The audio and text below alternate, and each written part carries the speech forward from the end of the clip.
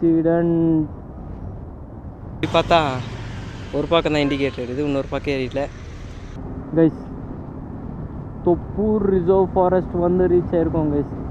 திடீர்னு ஒரு கிட்டத்தட்ட ஒரு 3 போலீஸ்காரங்க நாங்கள் ஃபுல் அட்டாக் பண்ணிட்டாங்க. உலகின் தலை சிறந்த சொல் செயல். செஞ்சு காட்டுவோம் கைஸ். கிட்டத்தட்ட கோயம்புத்தூருக்கு எத்தனை கிலோமீட்டர் இருக்குது பார்த்தீங்கன்னா, ஆல்மோஸ்ட் ஒரு 200 சேஞ்ச் கிலோமீட்டர் இருக்குது. ஏன்னா ப்ரெசண்ட் பார்க்க முடியல. எத்தனை வழி இருக்குது பார்த்தீங்கன்னா, இப்போ டைரெக்டாக ஒரு 2 வழிஸ் இருக்குது நம்ம கோயம்புத்தூருக்கு போகிறதுக்கு. ஃபஸ்ட்டு வழி என்னன்னா, எல்லாம் இதே வழி தான். இந்த வழியிலேருந்து நம்ம தொப்பூர்லேருந்து அப்படியே அந்த சேலம் மீட் ஆகிற ரோட். ரெண்டாவது வழி என்னென்னா, இங்கேருந்து மேட்டூருக்கு ஒரு ரோடு போகும். அங்கேருந்து அந்த பவானி, அதுக்கப்புறமா கோயம்புத்தூர் அப்படியே போகலாம். ஓகேங்களா? கிட்டத்தட்ட 2 ரூட்டாகவே நீங்கள் கோயம்புத்தூருக்கு போய் ரீச் ஆகலாம் கைஸ். இப்போ தான் ரைடிங் கியர்ஸ் எல்லாம் ஆன் பண்ணியாச்சு. ரைடிங் இண்டிகேட்டர்ஸ்லாம் ஆன் பண்ணியாச்சு. ஒன்றும் பிரச்சனை இல்லை. கிட்டத்தட்ட 277 கிலோமீட்டர்ஸ் மேலே போர்டு போட்டிருக்கு. நம்மளும் 277 கிலோமீட்டர்ஸ் வெற்றிகரமாக ட்ராவல் பண்ணி முடிக்கணும் இன்னைக்குள்ளே. பார்க்கலாம். பிளான் போட்ட மாதிரி எல்லாம் நடக்கணும்ன்ட்டு கடவுளை வேண்டிக்க வேண்டிதான் கைஸ். இப்போ இங்கே 2 லைட்டு பிளிங்க் ஆகுதா? நான் இது முன்ன ரைட்லேயே கண்டுபிடிச்சிருந்தா யாருமே என்னை திட்டிருக்க மாட்டாங்கன்னு நினைக்கிறேன். என்னன்னா, இப்போ இங்கே 2 லைட் எரிஞ்சிட்ருக்கு. ஓகேங்களா? ஆனால் இண்டிகேட்டர்ஸு போய் பார்த்தா ஒரே லைட்டு தான் எரியும். என்ன பிரச்சனைனா, அங்கே ஒரு பல்பு போயிடுச்சு, ஒரு பல்பு ஃபியூஸ் போயிடுச்சு, நம்மளோடைய இண்டிகேட்டர் பல்பு. அந்த கிளிப்பிங் இருக்குது, நீங்கள் போய் பார்த்துட்டு வாங்க கைஸ். நம்ம வண்டியில் ஒரு சின்ன இஷ்யூ. இப்போ பாருங்கள், ரைடிங் இண்டிகேட்டர்ஸ் போட்டிங்கன்னா இந்த பக்கம் இண்டிகேட்டர் எரியுது, இந்த பக்கம் இண்டிகேட்டர் எரியுது. அதுவே பின்னாடி போய் பார்த்தா ஒரு பக்கம் தான் இண்டிகேட்டர் எரியுது, இன்னொரு பக்கம் எரியல. இதுக்காக தான் நிறையா பேர் என்னை திட்டினாங்கன்னு நினைக்கிறேன். அது உங்களுக்கு போய் சொல்கிறேன். இப்போ போய் ரெடி பண்ணணும். அந்த கிளிப்பிங்கில் நான் சொல்லியிருந்திருப்பேன் கைஸ், இந்த மாதிரி எத்தனை பேர் நம்ம திட்டிருந்துருப்பாங்களோன்ட்டு. ஏன்னா நம்ம இப்போ இங்கே ப்ரெசென்ட் ரைடிங் இண்டிகேட்டர்ஸ் ஆன் பண்ணியிருப்போம். அது ஒரு பக்கமாகவே இண்டிகேட்டர்ஸ் அடிச்சுட்டு வந்துட்டு இருந்திருக்கும். நிறைய பேர் என்ன நினச்சிருவாங்க, யாரா இவன் எல்போர்டுக்காரன் போயிட்டுருக்கானேன்ட்டு. ஆனால் நம்மளுக்கு பெருசாக தெரியலையே இல்லையா. அதுக்கப்புறமா நானே வீட்டில் இருக்கிறப்ப தான் நோட் பண்ணேன் கைஸ். இதனால தான் நம்மளுக்கே இத்தனை பிரச்சனை இருக்குது. என்ன ஆச்சு?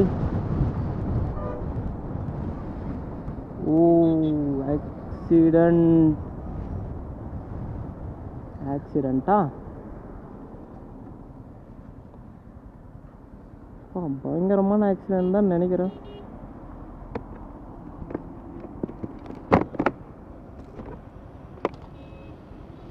யாருக்குமே என்ன ஆகலன்னா சந்தோஷம்தான். ஆனால் ரொம்ப கூட்டமாக இருக்காங்களே. ஓகே, ஒன்றும் பிரச்சனை இல்லை. ஆக்சிடெண்ட் நடக்கிறது தான்.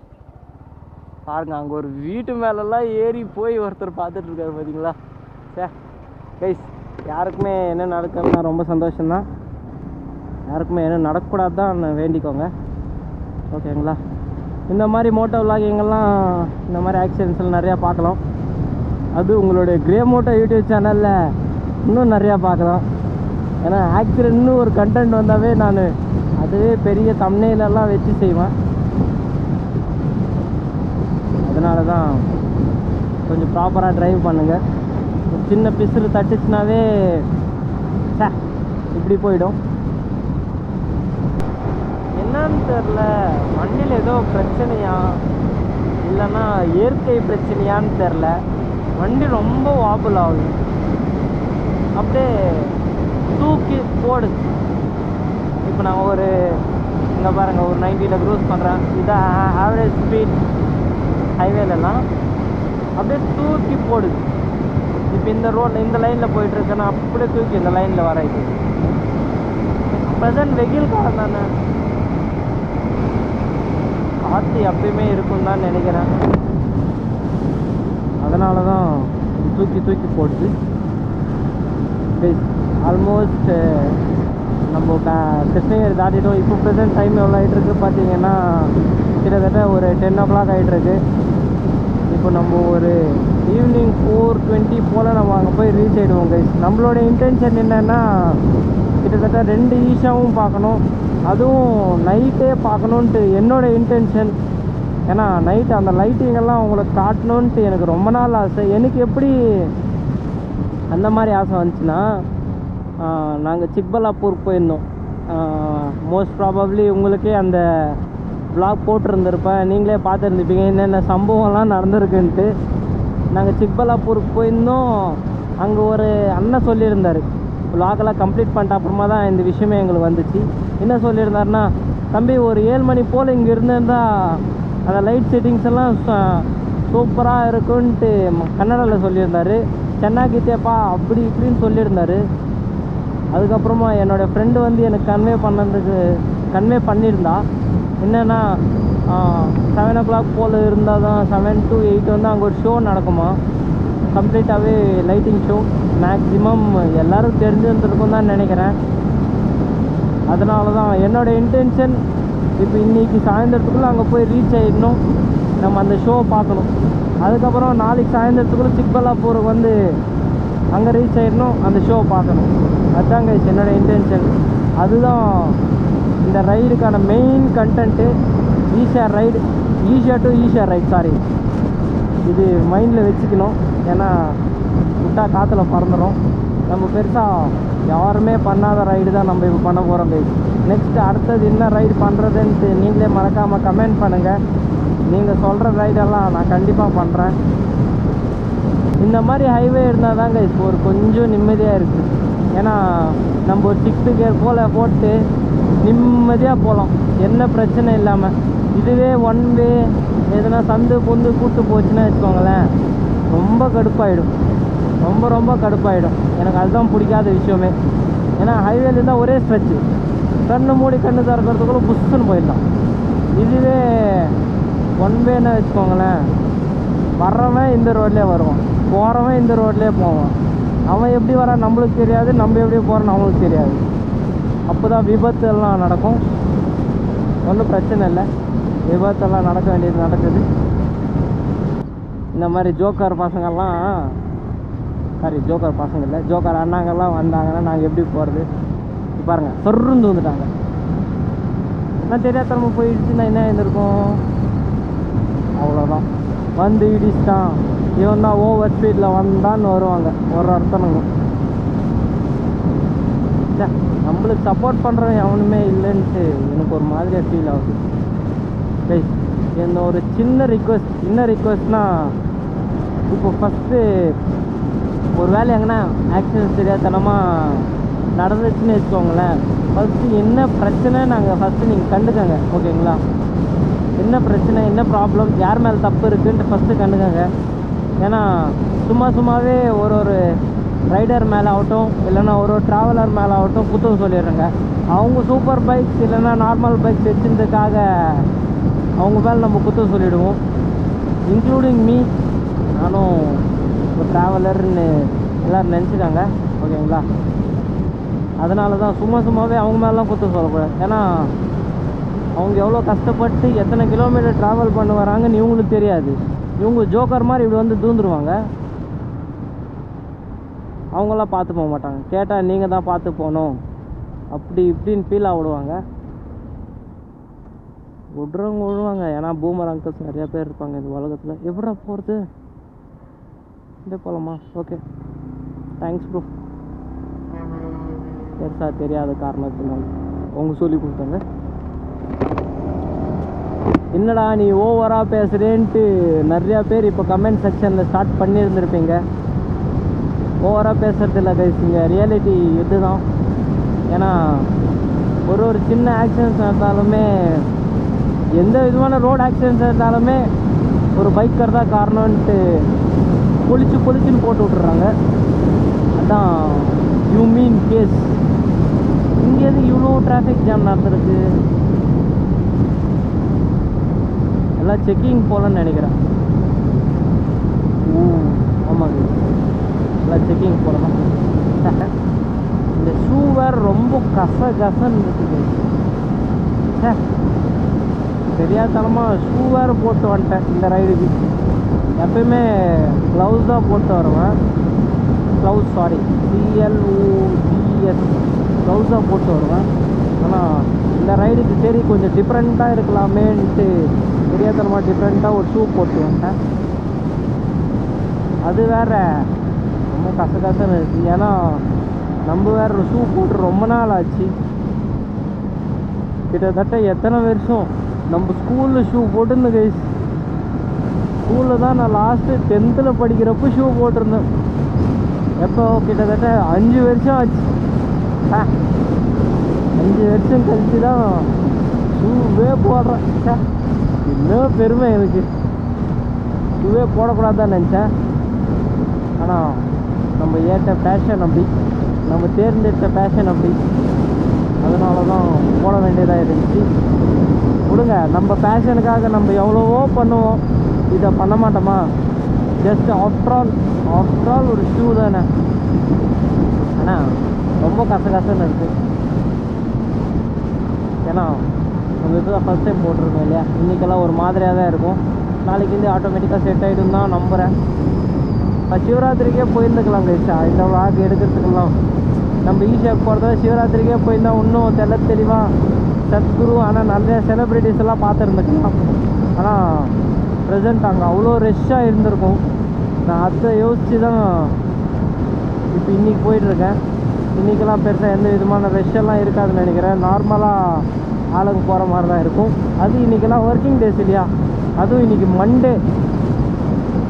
அதனால தான் யாருமே இருக்க மாட்டாங்க.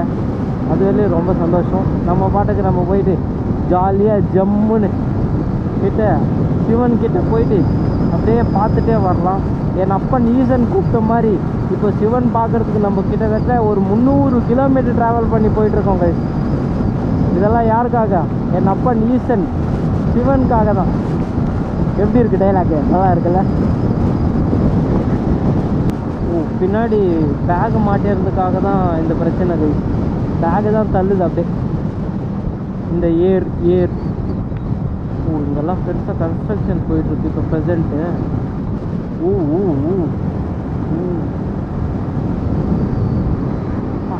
செம்மையாக இருக்குது ரோடு.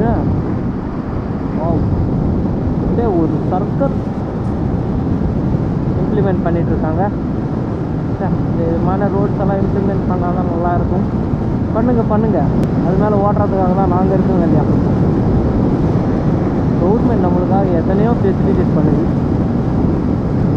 ஆனால் நம்மளுக்கே ஒரு நாள் ஆப்போசிட் போயிடுது.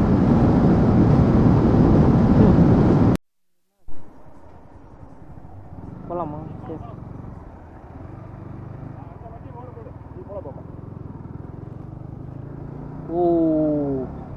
மாட்டினாரப்பா புல்லேரோ அண்ணன். சே, திடீர்னு ஒரு கிட்டத்தட்ட ஒரு 3 போலீஸ்காரங்க நாங்கள் ஃபுல் அட்டாக் பண்ணிட்டாங்க. அதனால தான் திடீர்னு கேமரா ஆன் பண்ணிட்டேன். அதுக்கப்புறமா நீங்கள்லாம் போங்க தம்பி, ஒன்றும் பிரச்சனை இல்லை. அங்கே பின்னால் ஒருத்தர் இருக்கான் பாரு, அவ்வளோ உரக்கட்டுன்னு சொன்னாங்க. என்னன்னு தெரியல. நம்ம ரைடுக்கான ஃபர்ஸ்ட்டு டோல்கேட் இது எந்த டோல்கேட்னு பெருசாக தெரிஞ்சு அவங்களுக்கு கமெண்ட் பண்ணுங்கள் சரிங்களா. நம்மளுடைய ஈஷா டு ஈஷா ரைடில் இதுதான் நம்மளுடைய ஃபர்ஸ்ட் டோல்கேட். அது தமிழ்நாட்டில் ஃபர்ஸ்ட் டோல்கேட். பார்த்துப்பா, நல்லா இருக்குல்ல. இதே கர்நாடகா டோல்கேட் பார்த்துக்கணுன்னு வச்சுக்கோங்களேன், வேற மாதிரி இருக்கும். இது வேறு மாதிரி இருக்கும். எனக்கு இதை விட தமிழ்நாடு டோல்கேட் ரொம்ப பிடிச்சிருக்கு கர்நாடகா விட. ஏன்னா கர்நாடகா சிம்பிளாக முடிச்சிடுவாங்க டோல்கேட்லாம். இது தமிழ்நாடு டோல்கேட்லாம் பெருசாக பிரம்மாண்டமாக இருக்கும். அது நல்லாயிருக்கும். கைஸ், நீங்கள் எப்போவது யோசிச்சிருக்கீங்களா எதுக்காக பைக்கர்ஸ்க்கு எல்லாமே இந்த மாதிரி டோல்லாம் போட மாட்டாங்கன்ட்டு? ஆனால் கொஞ்சம் இடத்துல இருக்கும். மேக்ஸிமம் நார்த் இந்தியா சைட்ஸ் எல்லாம் இருக்கும். இந்த சவுத் இந்தியாவில் மட்டும் ஏன் பெருசாக போட மாட்டாங்க அதெல்லாம் உங்களுக்கு தெரியுமா? எதுக்காகனா நம்ம வண்டி வாங்குறப்போ ஆர்டிஓ இன்சூரன்ஸ் கொஞ்சம் பண்ணுவோம். எல்லாருக்கும் ஞாபகம் இருக்கும்னு நினைக்கிறேன். ஆர்டிஓ ஒரு விஷயம் பண்ணுவோம். அது என்ன உண்மையாக போயேன்னு தெரியாது.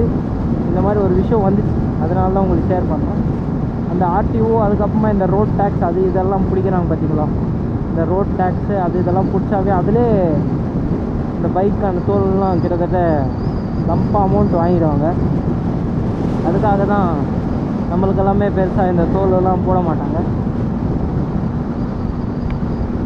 ஒரு வேளை தோல் போட்டான்னு வச்சுக்கோங்களேன், எவ்வளோ லாபம் கவர்மெண்ட்டுக்கு யோசிச்சு பாருங்கள். சார் ஆனால் எங்களுக்கு பயங்கரமான லாஸ் ஆகுமே. நான் என்னை பற்றி யோசிக்காமல் உங்களை பற்றி யோசிச்சுட்ருக்கேன் சார், கவர்மெண்ட் பற்றி யோசிச்சுட்ருக்கேன். அதனால தான் நம்ம நாசமாக போயிட்டுருக்கோம். சரி விடுங்க, நம்மளை பற்றி தான் நம்ம யோசிக்கணும், அடுத்தவங்க பற்றி யோசிக்கக்கூடாது. கைஸ், தொப்பூர் ரிசர்வ் ஃபாரஸ்ட் வந்து ரீச் ஆகிருக்கோம் கைஸ். இதுதான் ஒன் ஆஃப் தி டேஞ்சரஸ் கிட்டத்தட்ட 3 வாட்டி டேஞ்சர்னு சொல்லிட்டேன்.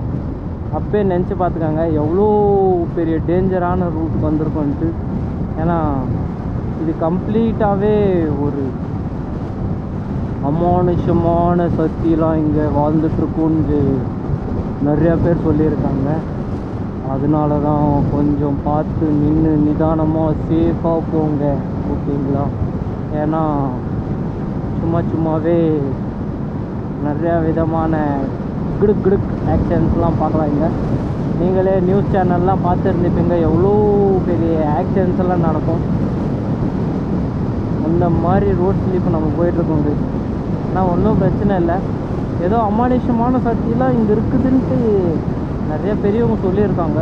எனக்கு தெரிஞ்ச வழி எங்கள் தாத்தாலாம் சொல்லுவார். அப்படி தொப்பூர் எடுத்துக்கினாவே ஐயோ அந்த மாதிரியும் அப்படியா இப்படியான்ட்டு என்னென்னவோ சொல்லுவார். அந்த மாதிரி ரோட்ஸில் தான் நம்ம போயிட்டுருக்கோம். ரொம்ப டேஞ்சர். என்னோடய வாய்ஸ் கேட்குதா இல்லையான்னு கூட எனக்கு ஞாபகம் இல்லை. பேசினேன் போயிட்டு ஒரு இடத்துக்கு போயிட்டு ஃபஸ்ட்டு நான் கிளிப்பிங்ஸ் எல்லாம் பார்க்கணும். ஏன்னா நம்ம இவ்வளோ நேரம் பேசிட்டு வந்ததெல்லாம் அநியாயமாக போயிடக்கூடாது இல்லையா? அதனால தான். தொப்பூர்லேருந்து நம்ம இப்படி சேலம் போக மாட்டோம் கைஸ். இப்படியே நம்ம மேட்டூர் வழியாக நம்ம போயிடுவோம். அது மேக்ஸிமம் உங்களுக்கே தெரியும்னு நினைக்கிறேன். நான் ஆல்ரெடி உங்களுக்கு சொல்லிகிட்ருப்பேன். நல்லா இருக்கு இந்த ரோட்ஸில் வந்தாவே. இங்கே பாருங்கள் அந்த மேட்டர் நல்லா என்ஜாய் பண்ணலாம். ஆனால் ஒரு அளவுக்கு கடுப்பாயிடும். சார் ரெக்கார்டிங் ஆகிட்டுருக்கான், போயிட்டு தான் இருக்கப்பா. இல்லைன்னா வச்சுக்கோங்கள எல்லாமே ஸ்பாயில் தான். ஐயோ ஏய் என்ன ஆச்சு? ஸ்லோ அப்பா.